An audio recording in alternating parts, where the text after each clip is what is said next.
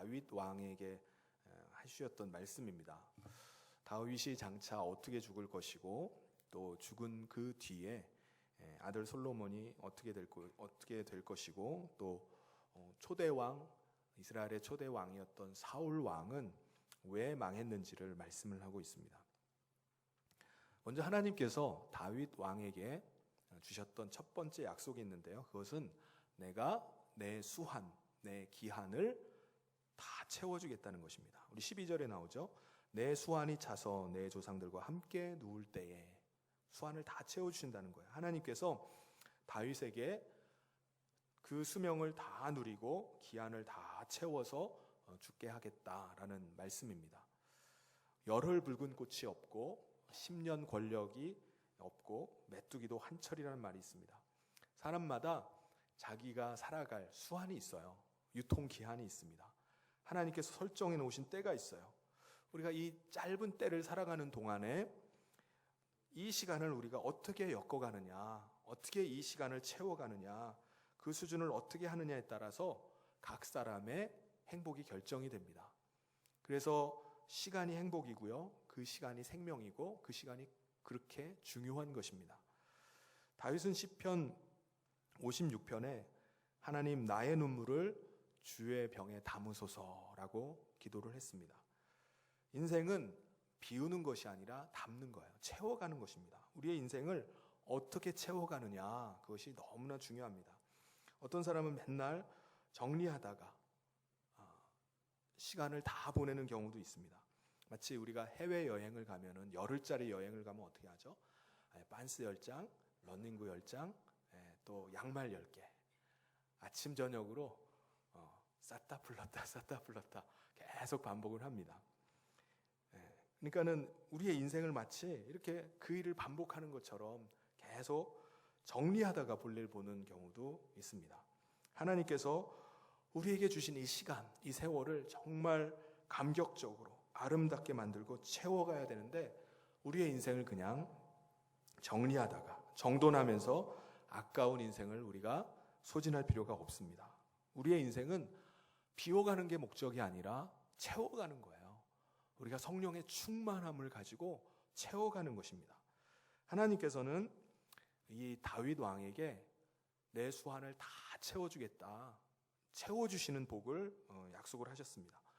우리가 말라기 3장에 보면은 11조를 통해서 주시는 하나님의 축복 3가지가 나옵니다. 첫 번째는 하늘이 열리는 복을 말씀하고요. 두 번째는 기한 전에 떨어지지 않는 복, 그리고 세 번째는 메뚜기가 와서 먹어치우지 않는 복이 있을 것이라고 이렇게 약속을 하십니다. 하늘 문이 열려지는 것이 복입니다. 사람들을 볼 때 어떤 사람은 어떤 일에 앞길이 정말 형통해지고 열려지는 사람이 있어요. 그런데 반면에 어떤 사람은 확 막혀가지고 안 열리는 사람이 있습니다.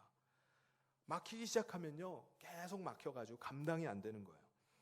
우리의 인생은요, 나팔형이 돼야 됩니다. 우리가 작게 시작하고 좁게 시작했다 할지라도 나중에는 점점 나팔처럼 넓어지는, 열리는 나팔형이 돼야 됩니다.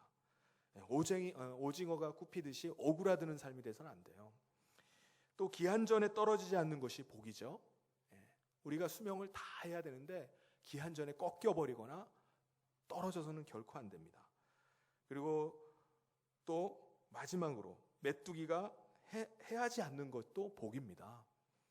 우리가 기껏 열심히 해가지고 모아놓았던 것들도 엉뚱한 것이 와서 다 뺏어가 버릴 수도 있어요. 그리고 죽 써서 개 준다고 하죠.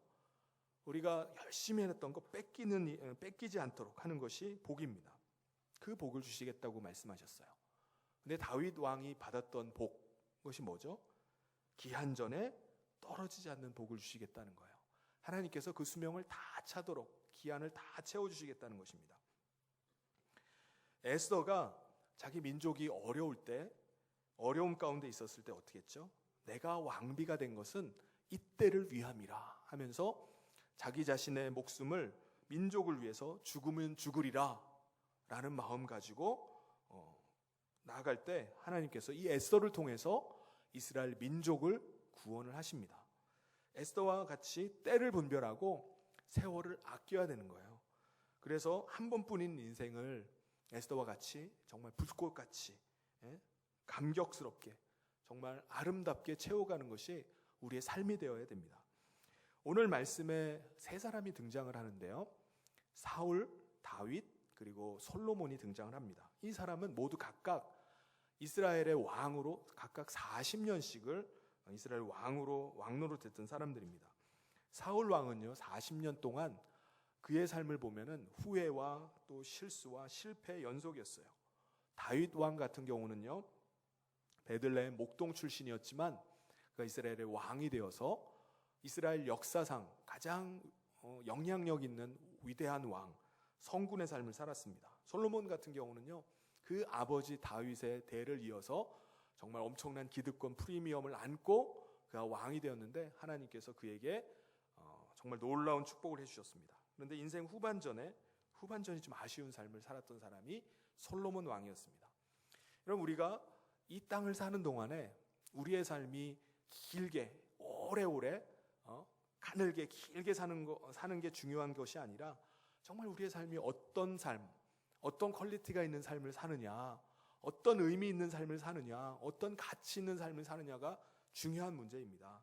그래서 우리가 때를 분별하고 그 때를 채워가는 것이 중요합니다. 지금 우리가 어떤 삶으로 채워가느냐, 이것이 중요해요. 이런 말들 있죠. 다음에 보자는 놈 안 무섭다. 그리고 다음에 잘해준다는 하는 놈 잘해주는 놈 없다. 있을 때 잘해 후회하지 말고 그런 말이 있습니다. 이 말이 무슨 말입니까? 지금 우리가 은혜 받고 지금 항상 우리가 현실 가운데 충만하고 감동적으로 알차게 살아가는 것, 그것이 지혜로운 삶입니다. 지금 현재가 정말 하나님의 은혜로 충만한 삶을 하루하루 살아가는 것, 그것이 중요해요. 우리가 내일 일을 사서 걱정할 필요가 없습니다. 내일 일은 누가 걱정하는 거죠? 내일이 걱정하는 겁니다. 또 지나온 과거를 우리가 곱씹고 있을 필요도 없어요. 지나온 과거의 실패, 지나온 과거의 아픔과 상처를 계속해서 곱씹고 있으면요 우울증만 다시 도집니다. 이런 이전 것은요 잊어버리고 앞을 바라보는 게 중요해요. 우리가 잊어버리는 것도 하나님의 은혜입니다. 하나님께서 요셉에게 자신의 과거를 잊어버리게 한 것이 너무나 감사해서 그의 아들의 이름을 므낫세라고 지어요. 하나님께서 잊게 해주시는 것도 은혜입니다. 그래야지 우리가 인생의 표대를 바라볼 수 있습니다. 사도 바울이 과거를 잊어버리고 내가 표대를 향해서 나간다라고 고백한 것처럼 우리가 잊어버리고 새롭게 나가는 것이 중요합니다. 그래서 항상 현실을 하나님 앞에서 감동적으로, 감격적으로 살아가는 거예요. 내가 지금 어떤 상황 가운데 있든지 간에 다윗이 광야 가운데 고통하면서 사는 가운데도 그는 내가 하나님 앞에서 살아간다, 그 믿음 가지고 살아갔습니다. 그 하나님께서는 그 다윗에게 그 축복을 주신 거예요. 너의 수완을 채워주겠다, 너의 기한을 다 채워주겠다고 약속하신 것입니다. 이 은혜가 우리 가운데 있기를 주님의 이름으로 축원합니다. 두 번째는 하나님께서 다윗에게 그 축복을 다윗에게 끝내버리는 것이 아니라 그 다음 때로 연결시켜 주겠다는 약속이었어요. 우리 12절 하반절에 보면 내가 내 몸에서 날 씨, 내 씨를 내 뒤에 세워 그의 나라를 견고하게 하리라. 여러분 연결되는 게 얼마나 중요한지 모릅니다. 여러분 아브라함이 받은 복은 그가 나이 100세에 아들 이삭을 낳은 거예요. 그런데 그에게 더한 복이 있어요. 그것은 바로 리브가라는 며느리를 얻은 것이었습니다. 이삭이 자기 아들에게 장자의 축복을 행할 때였어요. 그의 아들이 누가 있었죠? 에서와 야곱이 있었습니다. 근데 장자는 에서인데 에서에게 장자의 축복을 할 때 리브가는요 둘째 아들 야곱이 장자의 축복 기도를 받는데 결정적인 기여를 했어요. 야곱은 이렇게 말하는 거예요.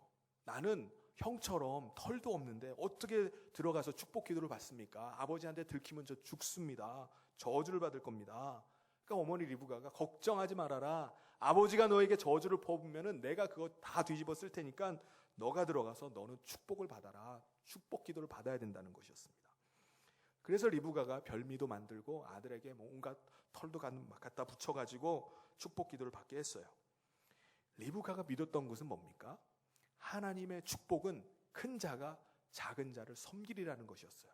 이 믿음 가운데 하나님의 뜻대로 하나님의 축복이 작은 둘째 아들 야곱에게 흘러가기를 원했습니다. 예? 하나님의 뜻대로 하나님의 축복이 흘러가게 한 사람이 리브가였어요. 사도 바울의 축복은 뭡니까? 이 사람은 장가도 안 갔어요. 그런데 믿음으로 낳은 아들 디모데가 있었습니다. 감옥에서 낳은 믿음의 아들 오네시모가 있었어요. 그 외에도 수많은 믿음의 자녀들이 있었습니다. 그 믿음이 그때로 끝나는 것이 아니라 그의 자녀들에게 이어진 것이 축복이었어요. 모세가 받은 축복은 뭡니까? 그의 뒤를 바통 터치를 할 하나님의 사람 여호수아가 있었다는 거예요. 후계자 여호수아가 있었던 것이 모세에게 주어진 축복입니다. 모든 것들은 연결이 중요해요. 모든 것들은 다 꼬리에 꼬리를 물고 이어져 가는 것이 중요합니다. 우리가 말씀을 들을 때도 마찬가지죠. 우리가 말씀을 듣고 그냥 말씀 들은 것으로 그냥 치워버리는 것이 아니라 그 말씀을 듣고 아멘, 아멘 하면서 적용을 해보고 순종을 해보는 것이 중요합니다. 가정에서도요, 할아버지의 믿음이 아버지에게로 이어지고 아버지의 믿음이 또 아들에게로 믿음으로 내려가야 됩니다. 흐름이 끊어지면 안 돼요. 당대에 그냥 복을 받고 치워버리는 것은 그건 저주입니다. 출애굽기 20장 말씀에 보면은 하나님을 사랑하는 자, 곧 그 계명을 지키는 자는 복을 줄 것이지만 하나님을 미워하고 죄를 짓는 자는 3대, 4대에서 끝장내게 하겠다고 말씀합니다. 하나님 앞에 하나님을 사랑하고 하나님의 말씀을 지키는 자들은 계속되지만 그 복이 계속되지만 하나님을 미워하고 또 죄를 짓는 자는 그냥 바로 3, 4대에서 길면은 3, 4대에서 끝장내버리겠다는 거예요. 여러분, 다윗은 자신이 허물 많은 사람이라는 것을 알았습니다. 허물이 많은 사람이었어요. 부족한 사람임에도 불구하고 하나님께서는 그의 아들 솔로몬을 붙들어주고 그 왕권을 끝까지 지켜주겠다라고 약속을 하셨어요. 다윗은 하나님께서 그에게 복을 주셔서 그 왕위가 계속된다고 말씀하셨습니다. 언제까지 계속되죠? 다윗의 자손 예수 그리스도의 세계라. 계속해서 그 왕위가 이어지게 된 것입니다.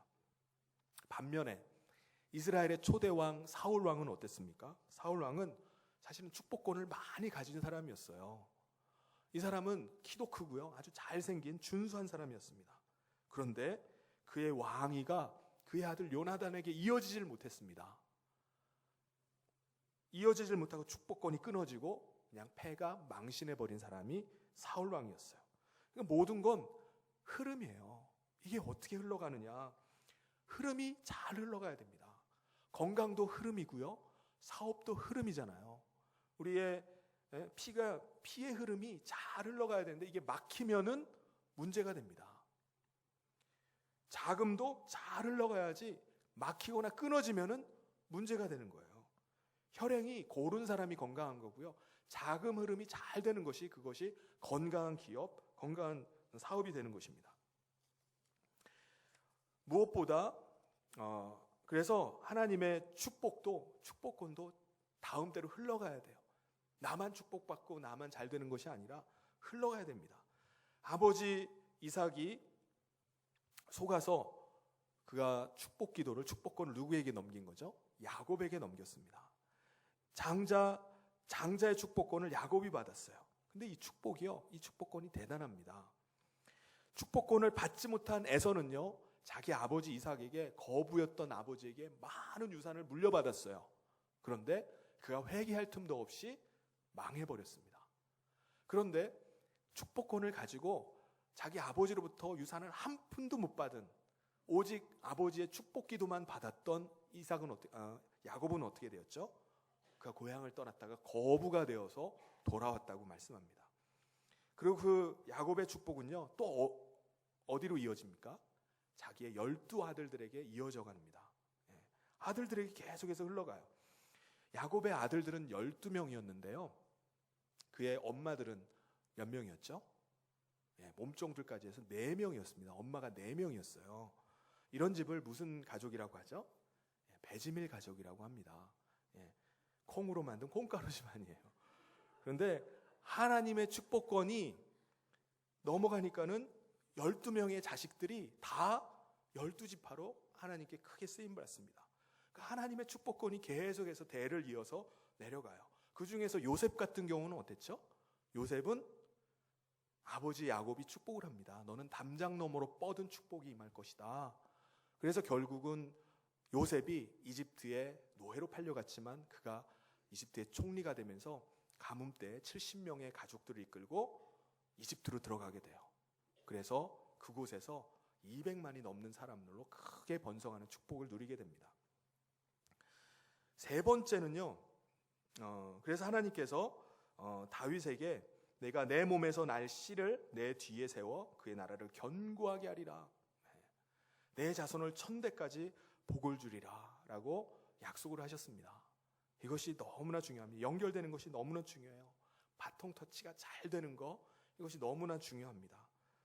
우리 사랑하는 성도 여러분, 다음 세대로 복음이 또 하나님의 축복이 이어져가는 그 은혜가 있기를 주님의 이름으로 축원합니다.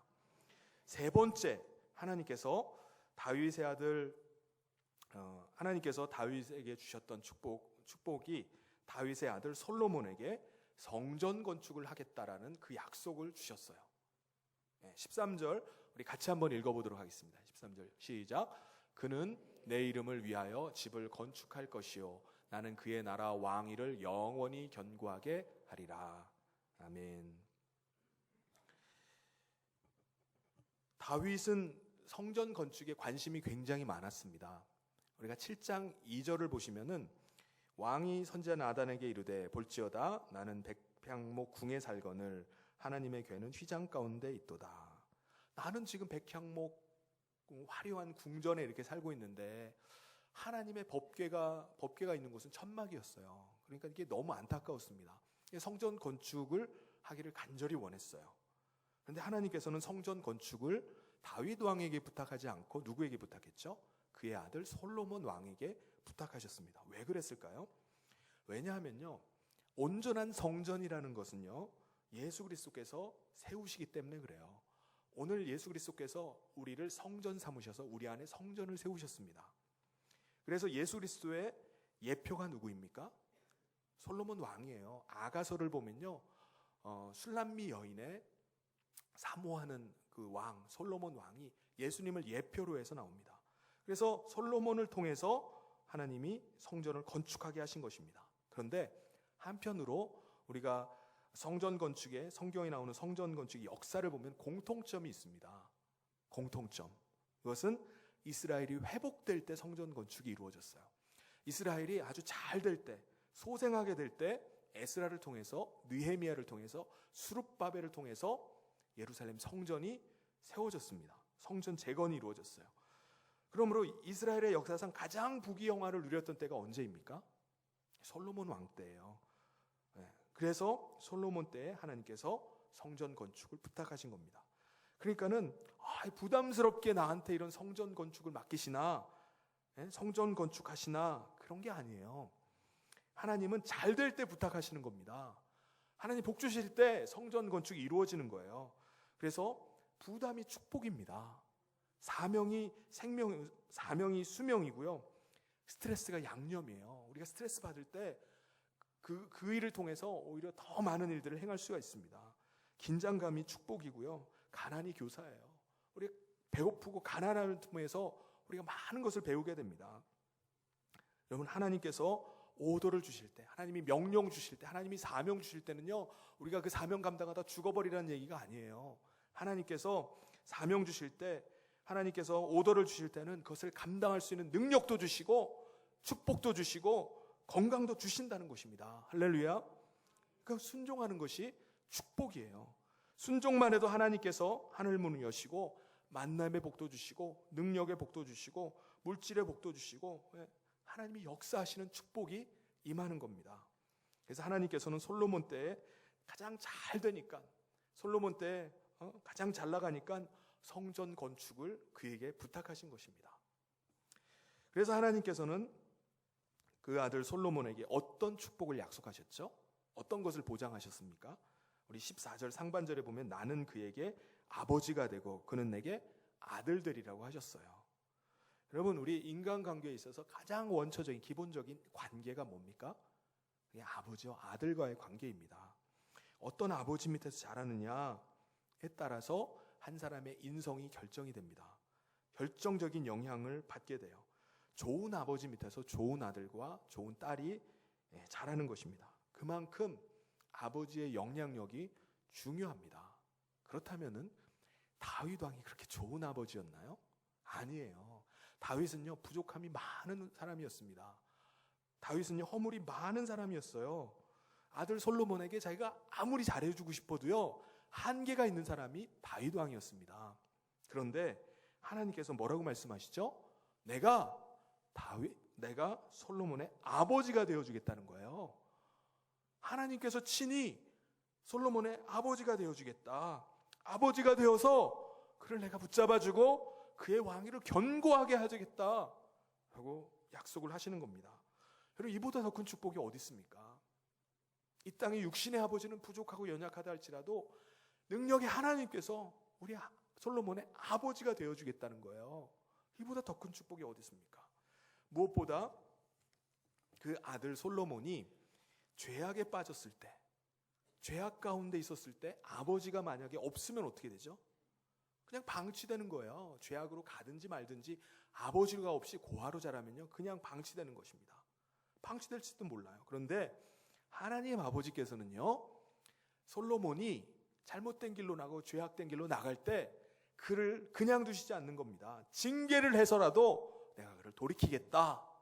내가 그의 아버지가 되어서 그를 돌이키게 하겠다는 것입니다. 그럼 하나님께서 그를 어떻게 징계를 하실까요? 14절 하반절에 보면은 그가 만일 죄를 범하면 내가 사람의 매와 인생의 채찍으로 징계하거니와. 사람의 매와 인생의 채찍으로 징계한다고 하는데 이게 뭐죠? 이게 무슨 징계입니까?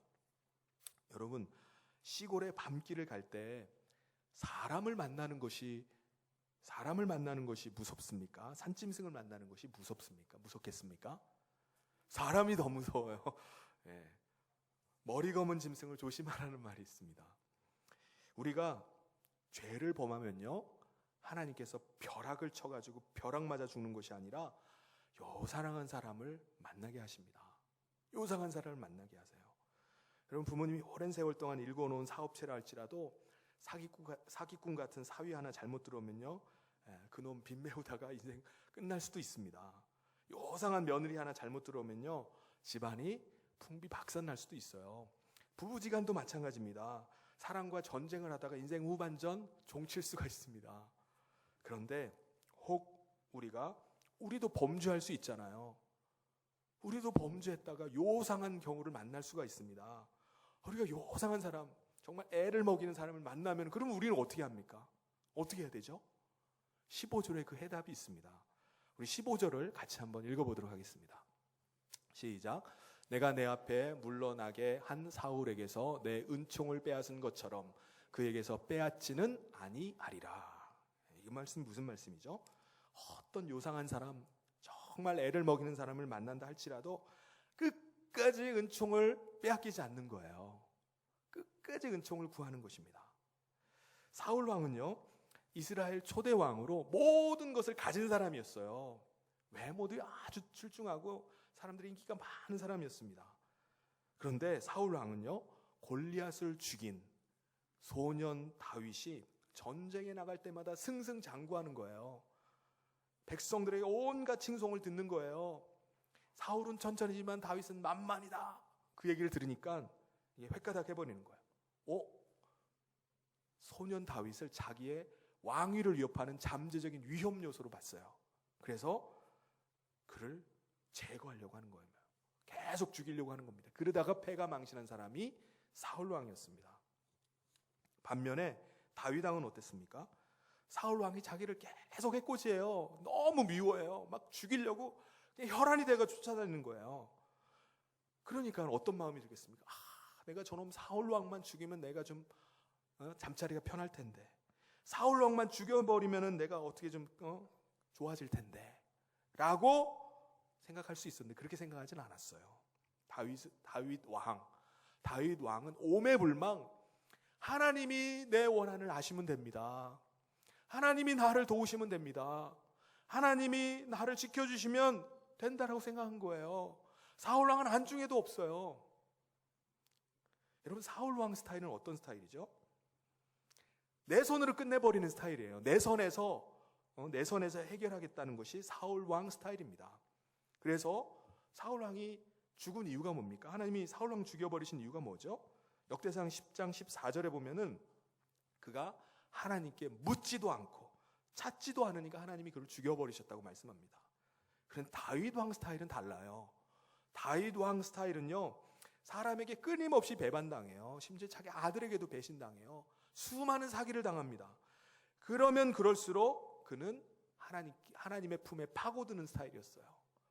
하나님이 아니시면 안 됩니다. 하나님만 저를 붙잡아 주시면 됩니다. 하나님만 저의 원한을 아시면 됩니다. 신원해 주시면 됩니다. 라고 하나님께 매달렸던 사람, 그 사람이 다윗 왕이었어요. 이게 다윗 왕 스타일이었습니다. 그러니까 하나님께서는 사울 왕에게서는요, 하나님이 그에게 부어주셨던 은총을 다 뺏어가 버렸어요. 하나님의 성신을 걷어가 버렸습니다. 하나님의 사랑을 걷어가 버린 사람이 사울 왕이었어요. 그런데 다윗은 어떻게 하죠? 다윗은 인생 채찍에 맞고요, 사람 매에 막 두들겨 맞아도요, 하나님만 바라보는 거예요. 아무리 두들겨 맞아도요, 하나님만 바라보면서 하나님을 노래해요. 하나님 앞에서 춤을 추는 거예요. 하나님 앞에서 즐거워하는 거예요. 그러니까 하나님이 오늘 어떻게 하십니까? 하나님이 그를 예뻐하시죠. 그러니까 하나님께서 그게 은총을 거두지 않고, 은혜를 거두지 않고 그 다음 때라도 계속해서 하나님의 은총을 뺏지 않고 은총을 베푸시겠다는 거예요. 설령 그가 죄 가운데 있다 할지라도 내가 그 은총을 뺏지 않겠다라는 것입니다. 여러분, 토끼와 거북이가 어떻게 됩니까? 토끼는요, 거북이를 쳐다보면은 한심해요. 저런 게임도 안 되는 놈이 나랑 붙겠다고 나한테 덤벼? 아주 한심하게 봅니다.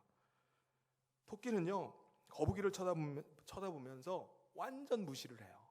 그래서 일단 한숨 자빠져 자고 있다가, 그리고 해도 나는 이길 수 있다라고 생각한 겁니다. 반면에 거북이는 어떻게 하죠? 거북이는 토끼만 보면 절망이에요.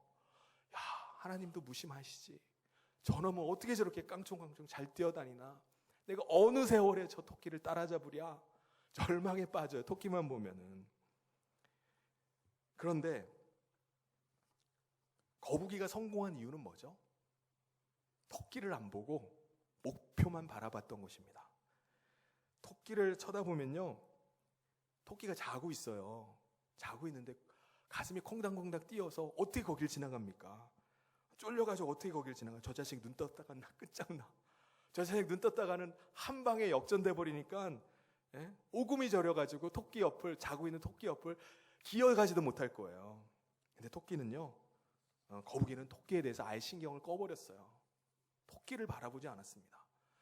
여러분, 예수님께서요, 가라지의 비유를 말씀하시면서 눈에 가시 같은 가라지, 원수 같은 잡초를 뽑아버리라고 했나요? 가만두라고 했나요?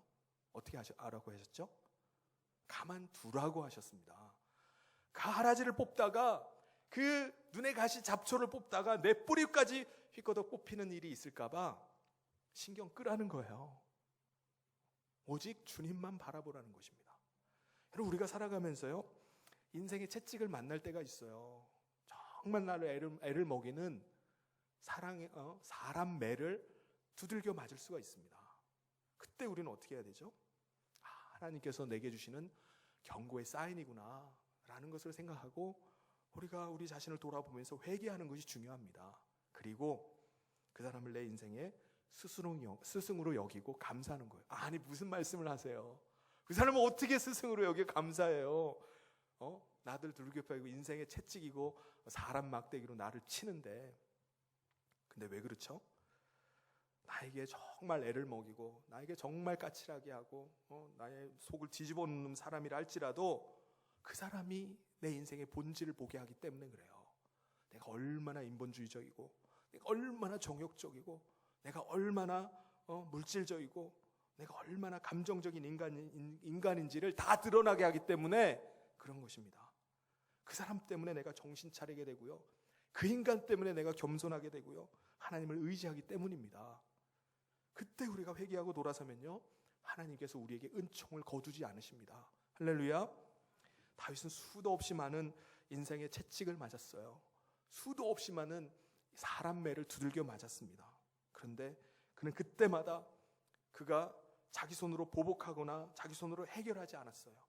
그러려고 하지 않고 오직 하나님만 바라보고 하나님만 의지했던 사람이 다윗이었습니다. 사울 왕을 죽일 기회도 있었어요. 자기 손으로 그냥 목을 끊어버릴 수도 있었습니다. 그런데 그는 끝내 그에게 손끝 하나 되지 않았어요.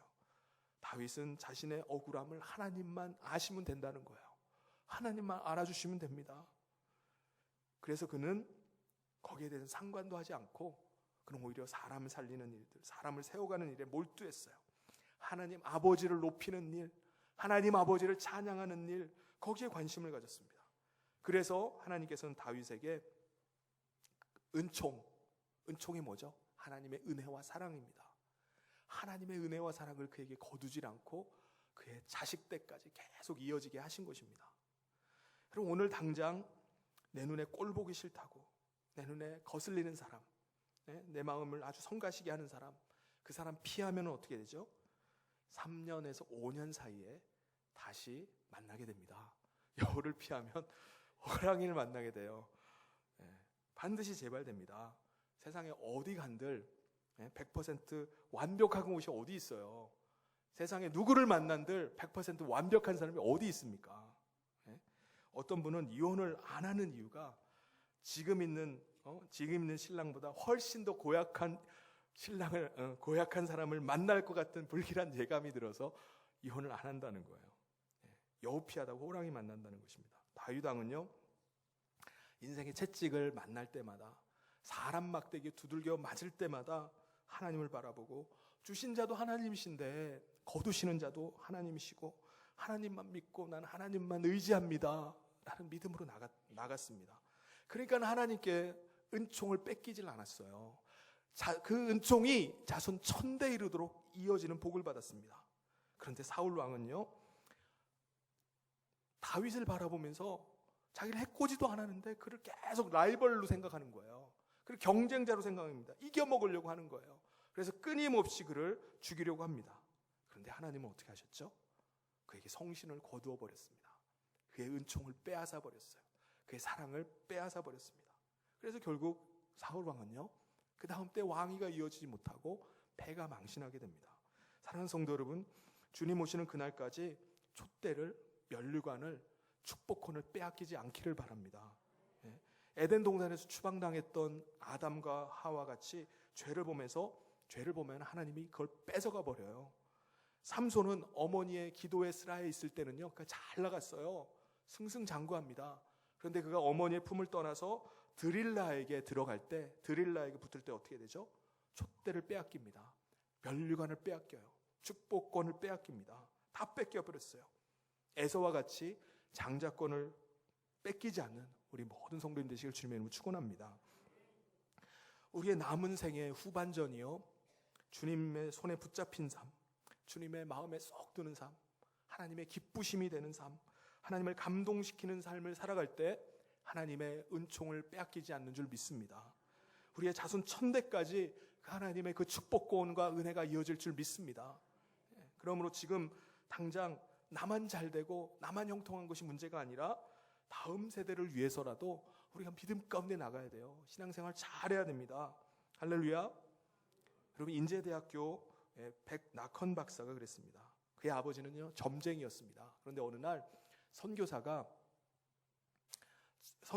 그에게 찾아와서 당신 그런 식으로 살면 자식이 복을 못 받습니다라고 한마디를 했어요. 이 말이 가슴에 팍 꽂혀가지고 당시 아주 유명한 점쟁이였는데 점쟁이를 때려치우고 교회에 들어가서 교회 사찰이 됩니다. 백낙헌 박사 어머니는 출산 후에 5달 만에 돌아가셨어요. 그가 그의 큰아버지 백인재라는 큰아버지 밑에서 자라면서 큰아버지가 그를 잘 돌봐주고 공부를 시켜줬습니다. 나중에 그래서 그가 백낙헌 박사가 세운 학교가 큰아버지의 이름을 따서 인제대학교예요. 그리고 여러 곳에 백병원을 세워서 수많은 인재를 키우고 수십만 명의 환자들을 치료를 했습니다. 백낙헌 박사의 아버지가 말하는 거예요. 내 당대에 복을 받고 그만두는 것은 저주다. 자손들이 잘 돼야 된다는 그 결단 때문에 백낙헌 박사가 나온 거고요. 인제대학교가 세워진 거고요. 수많은 백병원이 세워지게 된 것입니다. 지금도 그렇다고 생각합니다. 사랑하는 성도 여러분, 다음 세대를 기억하고 자녀를 위해서 축복할 수 있기를 바랍니다. 자녀에게 절대로 쓴물이 계속 흘러가게 해서는 안 돼요. 죄를 범함으로 축복권을 뺏기지 말고, 은총을 뺏기지 말고, 우리가 정말 하나님을 감동시키고 정말 하나님의 기쁘심이 되고 정말 하나님의 마음에 흡족하게 되어서 자손 천대에 이르는 복을 계속 자손 대대로 흘려보내는 정말 귀한 믿음의 우리 모든 성인의 성도님 되시기를 주님의 이름으로 축원합니다. 같이 기도하도록 하겠습니다. 하나님 아버지 감사합니다. 사랑하는 성도님 가정마다 그 심령마다 하나님이 하감하여 주시고 하나님이 가정을 붙잡아 주시기를 간절히 소원합니다.